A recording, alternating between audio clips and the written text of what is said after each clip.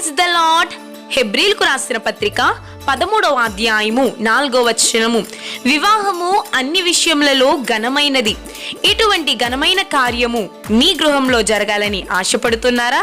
మీ ఇంటికి రాబోయే సరి అయిన అల్లుడి కోసం, చక్కని కోడల కోసం ఎదురు చూస్తున్నారా?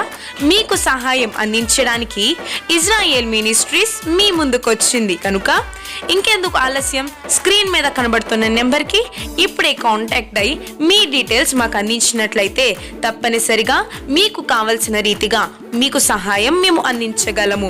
ఎటువంటి రిజిస్ట్రేషన్ ఫీజు లేకుండా దేవుని కార్యము జరిగించుటకై ముందుకొచ్చిన ఇజ్రాయేల్ మినిస్ట్రీస్ని ఎల్లప్పుడూ సహకరిస్తారని కోరుతూ మీ Israel ministries. Praise the Lord. అందరికీ మరణాత. ఇజ్రాయెల్ మినిస్ట్రీస్ అనే కార్యక్రమాన్ని వీక్షిస్తున్న మీ అందరికీ మా హృదయపూర్వకమైన వందన మరణాతలండి. అందరికీ మరణాత. అందరూ బాగున్నారు కదా? చక్కగా ఈ యొక్క వాక్యాలన్నీ కూడా వీక్షిస్తూ మమ్మల్ని ప్రోత్సహిస్తున్న మీ అందరికీ కూడా మా హృదయపూర్వకమైన వందన మరణాతలండి. అయితే ఈరోజు మన యొక్క అంశం ఏంటి అని అంటే దశమ భాగము. దేవునికి స్తోత్రం, హల్లెలూయా. చాలామందికి ఆశీర్వాదాల కోసం చెప్తే చాలా బాగా నచ్చుతుందండి, కానీ ఈ యొక్క దశమ భాగం కోసం చెప్తే ఎవరికి కూడా నచ్చదు. కానీ దశమ భాగం గురించి బైబిల్ గ్రంథంలో చాలా అద్భుతంగా రాయబడి ఉన్నాయి. ఆ యొక్క లేఖనాల్లో మనం పరిశీలించినట్లయితే దశమ భాగం ఇస్తే మనం ఎంతగా వర్ధిల్లుతామో, ఎంతగా దీవించబడతామో, ఎంత ఉన్నతమైన స్థితిలో మనం ఉంటామో అనేది దేవుని యొక్క వాక్యం సెలవిస్తూ ఉంది. ప్రియ దేవుని బిడ్డలారా, వాక్య లేఖనాల్లో నుండి మనం ధ్యానించుకున్నప్పుడు లేవి కాండము 27వ అధ్యాయం 30వ వచనంలో మనం చదువుకుందాం. భూ ధాన్యములలోనేమి వృక్ష ఫలములలోనేమి భూ ఫలములన్నిటిలో దశమ భాగము యెహోవా సొమ్ము, అది యెహోవాకు ప్రతిష్టమగును. చాలండి, కళ్ళు మూసుకుందాం, చిన్న ప్రార్థన చేసుకుందాం. శరణతుడా, మోహనతుడం, సకల ఆశీర్వాదమునకు కారణభూతుడమైన మా ప్రియ పరలోక తండ్రి, నిలబడిన నాలో ఏ గొప్పతనం లేదు నాయన, ఏ మంచితనం లేదు నాయన. నాలోని మానవస్వరాన్ని మరుపరిచి మీరే నీ బిడ్డలైన వారితో మాట్లాడండి. వినే చెవులను, పరిశీలించే హృదయాల్ని ప్రతి ఒక్కరికి దయచేయండి. నా నోట మీ మాట ఉంచి మీరే మాట్లాడి మహిమ పొందుకోమని యేసు నామములో అడుగుచున్నాం మా పరమ తండ్రి, ఆమేన్, ఆమేన్. మరి వాక్యం వింటున్న ప్రియ దేవుని బిడ్డలారా, ఇక్కడ దేవుని వాక్యం సెలవిస్తుంది, భూ ఫలములలోనేంటి ప్రతి దానిలో కూడా దశమ భాగము ఎవరి సొమ్మంట? దేవునిది. ఇక్కడ రాయబడి ఉంది, దశమ భాగము యెహోవా సొమ్ము, అది యెహోవాకు ప్రతిష్ఠితమగును. దేవునికి స్తోత్రం, హల్లెలూయా. కానీ మనం ఏం చేస్తామంటే దేవునిది మనం దొంగిలిస్తూ ఉంటాము. దేవునికి ఇవ్వవలసింది మనము ఏం చేస్తామండి? ఇవ్వడానికి ఇష్టపడము. కానీ ప్రతి దానిలో మనం ఆశీర్వదింపబడాలంటే, ఈరోజు నీ కష్టార్జితం నువ్వు అనుభవించాలంటే, నువ్వు ఒక ఉన్నతమైన స్థితిలో మీరు ఉండాలి అని అంటే, ప్రియ దేవుని బిడ్డ, వాక్యం ద్వారా దేవుడు మాట్లాడుతూ ఉన్నాడు ఏమనంటే, నువ్వు ఒక ఫలించడి కొమ్మగా ఉండాలి అని దేవుడు ఆశపడుతూ ఉన్నాడు. ఆశీర్వాదానికి వారసులవుటకు మిమ్మల్ని పిలిచాను, కానీ మీరు నీచంగా దీనులుగా ఉండడానికి దేవుడు ఇష్టపడడు. ఈరోజు మరి అట్టి ఫలింపు, అట్టి ఆశీర్వాదం మనం ఎప్పుడు చూస్తామండి అని అంటే, మనమందరం కూడా దశమ భాగంలో నమ్మకంగా ఉండాలి. దేవునికి ఇచ్చే విషయంలో మన చేతులు ముందున్నప్పుడే మన చేతుల్ని దేవుడు అనేక మందికి పెట్టే చేతులుగా ఆశీర్వదించడానికి ఇష్టపడతాడు. మరి ఈరోజు వాక్యం వింటున్న ప్రియ దేవుని బిడ్డ, నువ్వు దశమ భాగాన్ని దొంగిలిస్తూ ఉన్నావేమో, దేవుడు మాట్లాడుతున్నాడు, నువ్వు దశమ భాగంలో నమ్మకంగా ఉండాలి. మరి దశమ భాగం అది దేవునికి ప్రతిష్ఠిత అర్పణ కాబట్టి నువ్వు దానిలో నమ్మకంగా ఉన్నప్పుడే నిజమైన దీవెన, ఆశీర్వాదం నీవు నీ కుటుంబం చూడగలుగుతారు. దేవునికి స్తోత్రం, హల్లెలూయా. మరి వాక్య లేఖనాల్లో మనం చూసినప్పుడు ఈ దశమ భాగము దేవునిది, ఎవరికి ఇవ్వాలి అని మనం చూసినట్లయితే, మరి నేను మీకు ఒక 4 విషయాలు చెప్తాను. మొట్టమొదటిగా దశమ భాగాన్ని ఎవరికి ఇవ్వాలి? దేవునికి స్తోత్రం, హల్లెలూయా. మరి డౌట్ ఉంటుంది కదండి, ఎవరికి ఇవ్వాలి ఈ దశమ భాగాన్ని? చాలామంది అండి, దశమ భాగం దేవుడిదే కదా, ఇప్పుడు నేను ఏ అనాథలకైనా పెట్టవచ్చు, ఈ డబ్బుతో ఏదైనా మంచి పనులు చేయవచ్చు అనుకుంటారు. కానీ దేవుని వాక్యం సెలవిస్తుంది, మలాకి గ్రంథము 3వ అధ్యాయం 10వ వచనంలో మన వాక్యాన్ని చదువుకుందాము. నా మందిరములో ఆహారం ఉన్నట్లు 10వ భాగమంతయు మీరు నా మందిరపు నిధిలోనికి తీసుకొని రండి. దీన్ని చేసి మీరు నన్ను శోధించిన యెడల నేను ఆకాశపు వాకిండ్లను విప్పి పట్టజాలనంత విస్తారముగా దీవెనలను కుమ్మరించెదను. సైన్యములకు అధిపతియగు యెహోవా సెలవిచ్చున్నాడు. దేవునికి స్తోత్రం, హల్లెలూయా. ప్రియ దేవుని బిడ్డలారా, చాలా చాలామంది ఈ యొక్క దశమ భాగంతో వేరే వేరే పనులు చేయడానికి ఇష్టపడతారండి. కానీ ఇది ఎవరి సన్నిధికి తీసుకురావాలన్నా దేవుని మందిరానికి, దేవుని సన్నిధికి తీసుకుని రావాలి. ఇది దేవునికి ఇచ్చినప్పుడు అంటండి ఆకాశ వాకిని లిప్పి విస్తారమైన దీవెనలు దేవుడు మనకి కుమ్మరిస్తాడు. దేవునికి స్తోత్రం, హల్లెలూయా. అక్కడ రాయబడి ఉంది, పట్టజాలనంత విస్తారమైన దీవెనలు దేవుడు మీకు అనుగ్రహిస్తాడు. దేవునికి స్తోత్రం, హల్లెలూయా. భక్తులైన దేవదాసయ్య గారు అన్నారు ఏమనంటే, దశమ భాగం తీసిన వాళ్ళు దివ్యలా వెలుగుతారు. దశమ భాగం ఎవరైతే తీస్తారో వాళ్ళ ఇంటిలో దరిద్రం అనేది ఉండదు. దేవునికి స్తోత్రం, హల్లెలూయా. ఈరోజు వాక్యం విన్న ప్రియమైన దేవుని బిడ్డలారా, ఇంకా కరువును అనుభవిస్తున్నావేమో, ఇంకా ఏవేవో ఇబ్బందులు, ఒకరి దగ్గర అప్పు తీసుకునే స్థితిలో మీరున్నారేమో. కానీ ఈ దినము వాక్యం వింటున్న ప్రియ దేవుని బిడ్డలారా, దేవుడు మీతో మాట్లాడుతూ ఉన్నాడు. దేవునికి ఇచ్చే విషయంలో మీరు నమ్మకంగా ఉన్నప్పుడు దేవుని వాక్యం సెలవిస్తుంది, నమ్మకమైన వానికి దీవెనలు మెండుగా కలుగును. దేవునికి స్తోత్రం, హల్లెలూయా. ఈరోజు నమ్మకంగా దేవుని పనిలో నువ్వు ఉంటున్నావా? నువ్వు దేవునికి ప్రార్థించే విషయంలో దశమ భాగం తీస్తున్నావా? దేవునికి ధనం విషయంలో దశమ భాగం తీస్తున్నావా? అలాగే నీ ప్రతి విషయంలోనే దేవుని ముందు ఉంచుతున్నావా? అప్పుడు దేవుడు నిన్ను నిశ్చయంగా ఆశీర్వదించడానికి, నిశ్చయంగా దేవుని సరిహద్దులు విశాలపరచడానికి దేవుడు ఇష్టపడుతూ ఉన్నాడు. దేవునికి స్తోత్రం, హల్లెలూయా. మరి నీ కుటుంబీకులలో నీవు ఒక ఉన్నతమైన స్థితిలో దేవుడు ఉంచడానికి సిద్ధపడుతూ ఉన్నాడు. ఈరోజు వరకు దశమ భాగం తీయడానికి వెనకాడేవేమో, కానీ మీరు దేవునికి ఇవ్వడంలో ఇప్పుడు ముందుకున్నప్పుడు దేవుడు తప్పకుండా నీ నిధులను ఆశీర్వదిస్తాడండి. దేవునికి స్తోత్రం, హల్లెలూయా. పట్టుచాలున ఆశీర్వాదాన్ని దేవుడు మీకు అనుగ్రహిస్తాడు. ఎవరికి ఈ యొక్క దశమ భాగం ఇవ్వాలి అంటే, నీవు ఎక్కడికి ఈ దశమ భాగం తీసుకురావాలి అంటే దేవుని సన్నిధికి తీసుకురావాలి. యాజకునికి నీవు దశమ భాగం ఇవ్వాలి, ఎందుకంటే అది దేవుని యొక్క అర్పణం కాబట్టి. దేవునికి స్తోత్రం, హల్లెలూయా. దేవునికి ఇచ్చే సొమ్మును దొంగలించకూడదు. దేవుడు నువ్వు సంపాదించిందంతా అడగట్లేదండి. నువ్వు 1000 రూపాయలు సంపాదిస్తే మొదటి భాగమైనటువంటి 100 రూపాయలు తీసుకొచ్చి దేవునికి ఇవ్వాలి. అది దశమ భాగం ఎప్పుడైతే ఇచ్చావో మిగిలిన 900కి కూడా మన దేవుడు దానికి కంచె వేస్తాడు. ఏ యొక్క హాస్పిటల్ నిమిత్తము అది వ్యర్థం కాకుండా, చిల్లి చెంచులో వేసినట్టు అవ్వకుండా, నీవు నీ కుటుంబము నిశ్చయంగా ఆశీర్వదించేలా దేవుడు దానిని ఆశీర్వదిస్తాడు. సారేపతి ఊరిలో విధవరాలు మరి తన బిడ్డ తను చనిపోదాం ఆ కరువు కాలంలో అనుకున్నప్పుడు దేవుడు సిగ్గుపరిచే దేవుడు కాదు. ఎప్పుడైతే ఆ ఉన్న దాంట్లోనే దేవునికి ఇచ్చారో, అదంటే తన యొక్క సేవకునికి పెట్టుకున్నదో, దేవుడు తొట్టెలో పిండి అయిపోకుండా, బుడ్డలో నూనె అయిపోకుండా దేవుడు కరువు కాలం అంతా ఆశీర్వదించాడు. ఆమె ద్వారా అనేక మందిని ఆశీర్వదించాడు. ఈరోజు వాక్యం వింటున్న ప్రియ దేవుని బిడ్డ, మరి నీవు కూడా ఉన్న కొంతలోనే అంత ఆశీర్వాదాన్ని చూడాలంటే దశమ భాగంలో నువ్వు నమ్మకంగా ఉండు. దేవునికి స్తోత్రం, హల్లెలూయా. మరి రాయబడి ఉంది, మొట్టమొదటిగా ఎవరికి ఇవ్వాలి అని అంటే అది దేవుని సన్నిధికి ఇవ్వాలి, దేవుని యాజకునికి నువ్వు ఇవ్వాలి. దేవునికి స్తోత్రం, హల్లెలూయా. అలాగే రెండవదిగా చూస్తే ఇస్తే లాభం ఏంటండి? ఇస్తే లాభం ఏంటి? మనం చూసారా, చాలా సార్లు మనం అనుకుంటాం, ఏ పని చేస్తున్నా అది చేస్తే మనకి ఏమొస్తుంది అని డౌట్ మనకు వస్తూ ఉంటుంది కదండి. అది చేస్తే మనకి ఏమైనా లాభం ఉందా? ఇప్పుడు పిల్లలంతా కష్టపడి పొద్దున్నే లేచి చదవడం ఎందుకు, ఎగ్జామ్స్ రాయడం ఎందుకు? అది చదివితే వాళ్ళకి లాభం ఉంది, పొద్దున ఉన్నతమైన స్థితిలో వాళ్ళు ఉంటారు కదండి. ఏదైనా చదువుకుంటే ఆ యొక్క చక్కని ఉద్యోగం చేసి రేపు పొద్దున్న వాళ్ళు మరి ఆశీర్వాదకరంగా ఉంటారు కదండి. అలాగే ఇది చేస్తే లాభం ఏంటి అని మనకు డౌట్ వస్తుంది. ఇప్పుడు కూడా చాలామంది దశమ భాగం ఇవి అంటున్నారు, ఇప్పుడు ఇస్తే లాభం ఏంటి అని నన్ను అడగొచ్చేమో.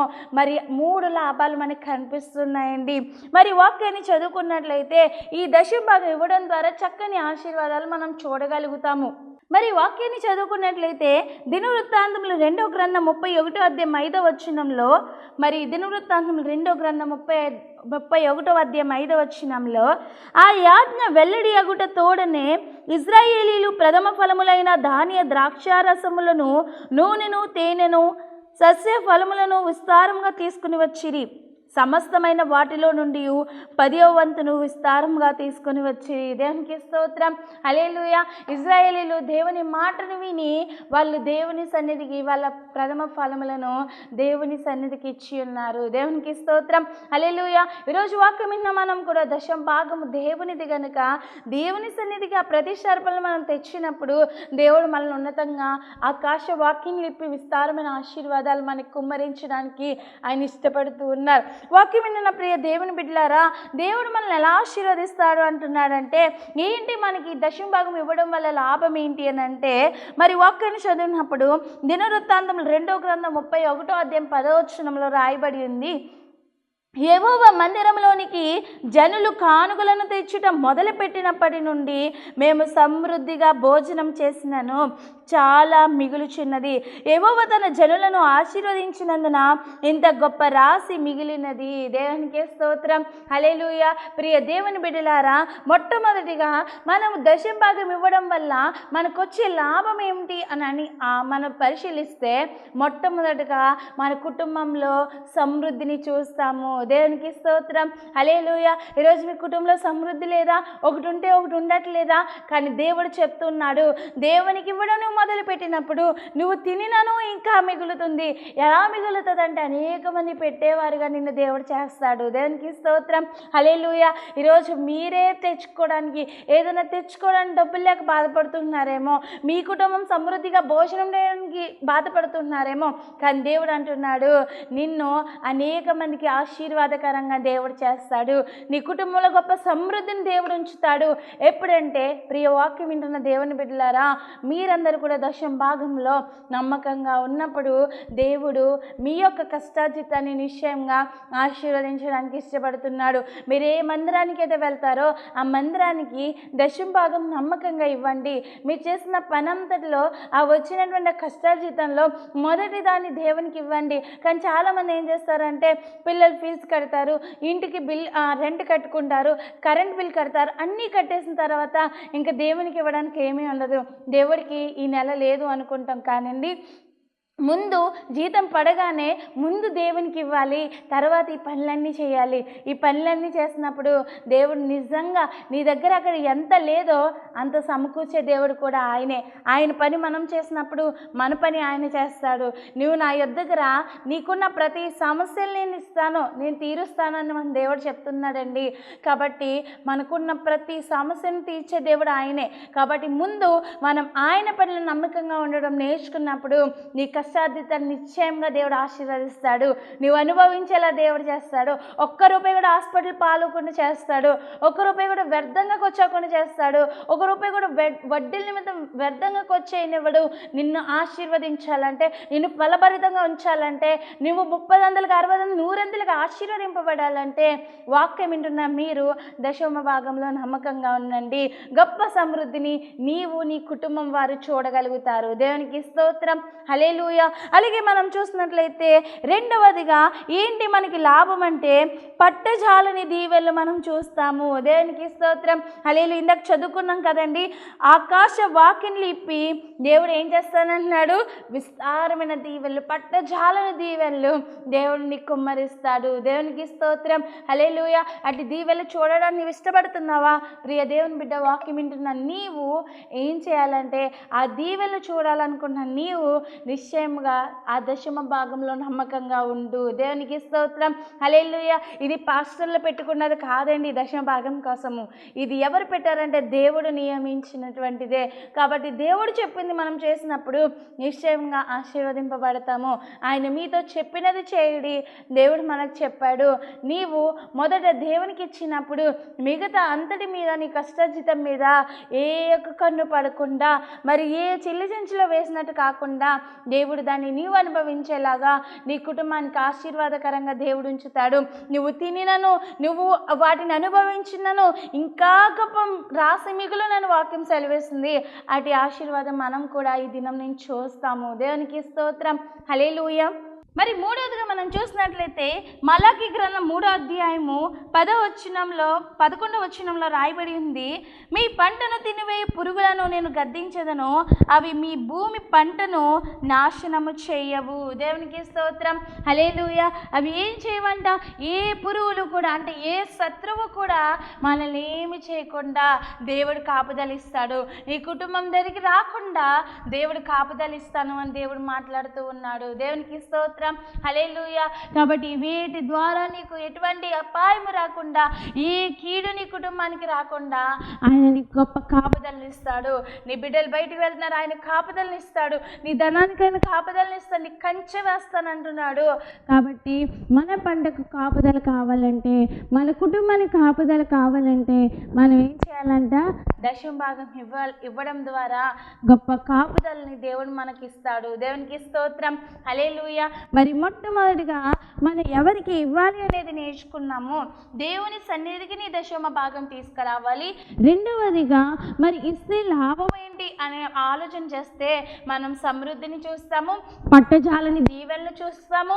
అలాగే మన పంటకు, మన కుటుంబానికి గొప్ప కాపుదలని, నీ ధనం అంతటికి ఆయన కంచెను కూడా వేస్తారు. దేవునికి స్తోత్రం, హల్లెలూయా. అలాగే ఇవ్వకపోతే మరి నష్టాలు ఉన్నాయా? ఇది కూడా మనం తెలుసుకోవాలి కదండి. ఇస్తే లాభాలు మనం చూసుకున్నాము, మరి ఇవ్వకపోతే ఏమైనా నష్టం ఉందండి అని ఆలోచన చేస్తే ఉంటుందండి.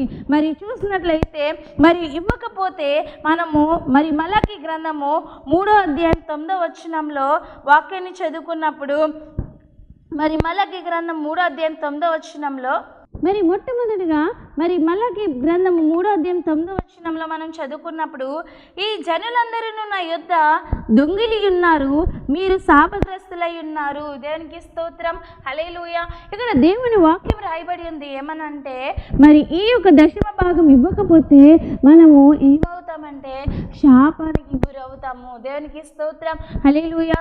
ఈరోజు వాక్యం విన్న ప్రియ దేవుని బిడ్డలారా, మనం దశమ భాగంలో నమ్మకంగా లేమేమో శాపం వస్తుంది అని దేవుని వాక్యం సెలవిస్తుంది. ఇక్కడ రాయబడి ఉంది, ఈ జనులందరూ నా యొద్ద దొంగలై ఉన్నారు, వీరు శాపగ్రస్తులై ఉన్నారు.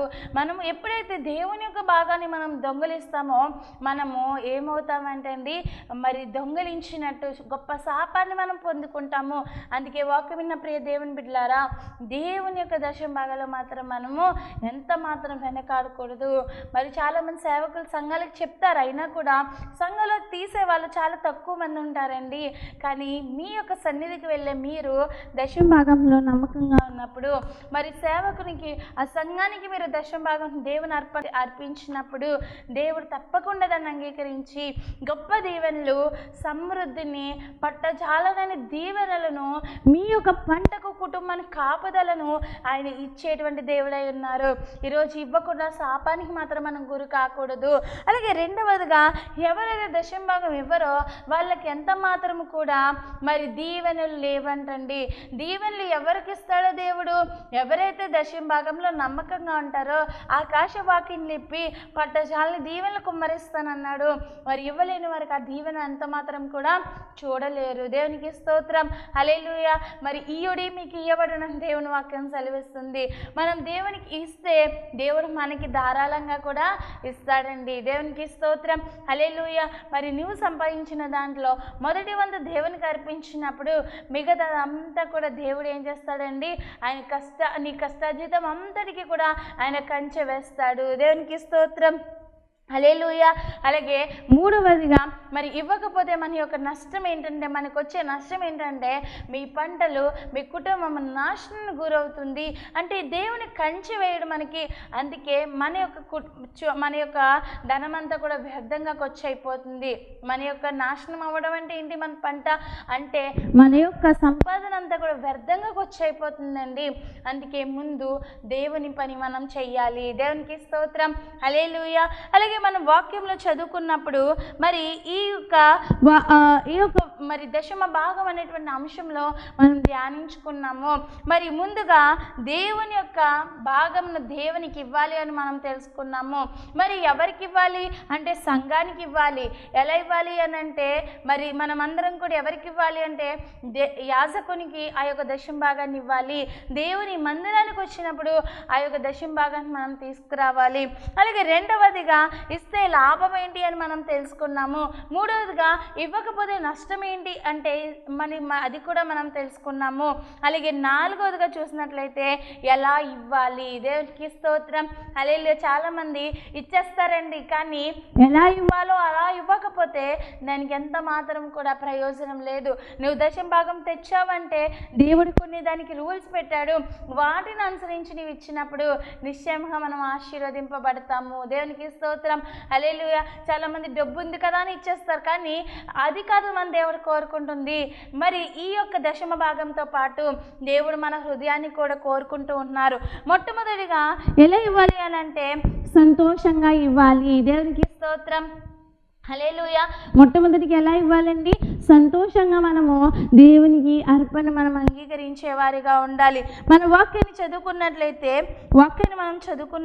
కొరింథీయులకు రాసిన 2వ పత్రిక 9వ అధ్యాయం 7వ వచనంలో సనుగు కొనకయు బలవంతముగా కాకయు ప్రతివాడు నిశ్చయించుకున్న ప్రకారము ఇయ్యవలెను.